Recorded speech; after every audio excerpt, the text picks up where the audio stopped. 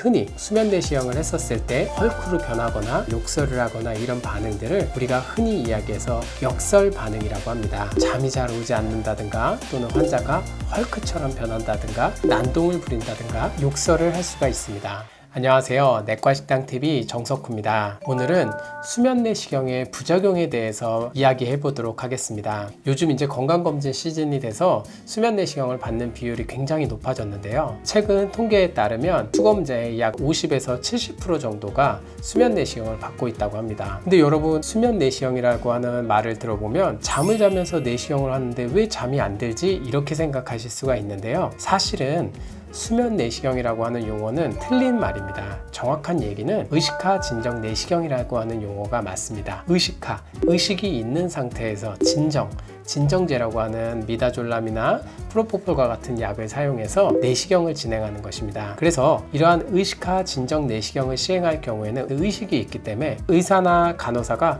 옆으로 돌아 누우세요, 눈을 잠깐 떠보세요, 침 삼켜보세요 이렇게 얘기했었을 때 우리가 반응을 할 수 있어야 하는 것입니다. 그래서 실제로 수면 내시경이 아니라 완전히 잠든 상태에서 진행되는 것이 아니기 때문에 내가 잠을 잔 느낌이 없을 수가 있습니다. 또한 이 의식하 진정 내시경이라고 하는 것은 완전히 잠든 상태에서 검사를 진행하지 않기 때문에 실제로는 그냥 우리가 생으로 내시경을 한다고 합니다. 생으로 하는 내시경과 의식하 진정 내시경을 비교했었을 때 그냥 하는 것보다는 덜 고통스럽고 덜 아프게, 다시 말해서 덜 불쾌하게 진행할 수가 있는 것이고요. 실제로 검사하는 과정이 기억이 나는 것은 정상적인 반응의 하나일 수 있습니다. 지금부터 이제 제가 의식하 진정 내시경이라고 하는 용어를 그냥 쉽게 수면 내시경이라고 다 이야기할 텐데요. 이 수면 내시경이 잘 안 되는 이유가 무엇일까요? 이 수면 내시경이 잘 되지 않는 이유는 크게 두 가지로 나눌 수가 있습니다. 첫 번째, 수면제, 다시 말해서 이제 프로포폴이나 미다졸람의 용량이 작았을 때 생기는 경우가 있습니다. 두 번째, 이 똑같은 진정제의 약이 역설 반응이 일어났었을 때 이러한 문제가 생길 수가 있는데요. 오늘 여러분들이 흔히 수면 내시경을 했었을 때 헐크로 변하거나 내가 평소에 나타나지 않았던 욕설을 하거나 이런 반응들을 우리가 흔히 이야기해서 역설 반응이라고 합니다. 이 역설 반응이라고 하는 것은 우리가 수면 내시경을 할 때 사용하는 벤조다이아제펜 계열이라고 하는 미다졸람에서 가장 흔하게 부작용이 발생하는데요. 이 미다졸람이라고 하는 진정제를 사용하였을 때 오히려 이제 흥분이 일어나고 불안한 상황이 연출되고 구역감, 구토가 발생할 수가 있고 또한 의사나 간호사의 지시에 모순된 행동을 보이는 것을 역설 반응이라고 합니다. 이 역설 반응이 일어났었을 때 잠이 잘 오지 않는다든가 또는 환자가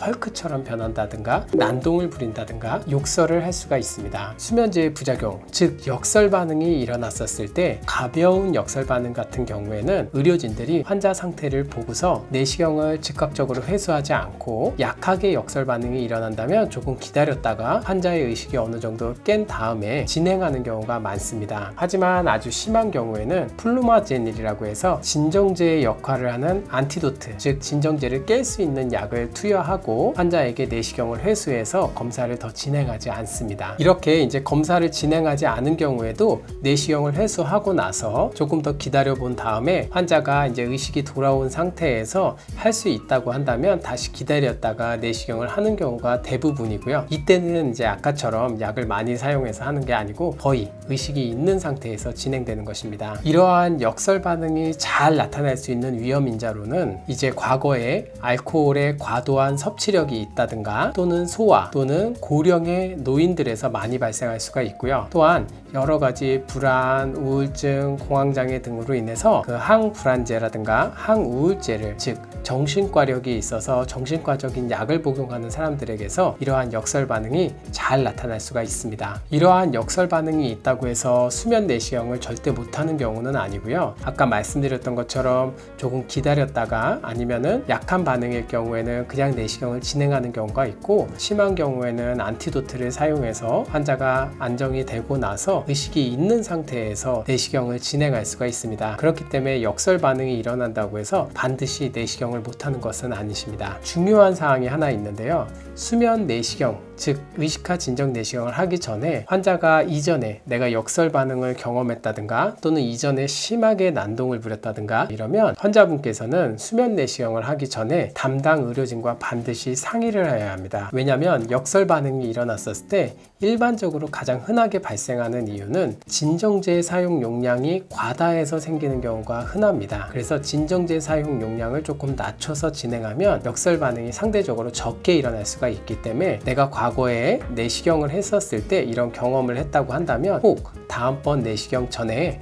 의료진과 상의해서 제가 선생님 전에 내시경을 했었을 때 이런 일이 있었습니다 하고 이야기하면 의사가 그것을 기록해 놓고 다음번 수면 내시경을 진행할 때 약의 용량을 조절한다든가 아니면 역설 반응이 일어났을 때를 대비해서 미리 준비하실 수가 있으실 겁니다. 오늘 내과 식당에서는 수면 내시경 사용 중에 발생할 수 있는 부작용에 대해서 알아보았는데요. 여러분도 이렇게 이제 수면 내시경이 안전하다 할 수 있지만 역설 반응 등의 부작용도 일어날 수 있기 때문에 내가 이런 부작용을 단 한 번이라도 경험하셨으면 꼭 다음번 내시경 전에는 의사 선생님과 상의 후 안전하게 내시경을 진행하시기 바랍니다. 감사합니다.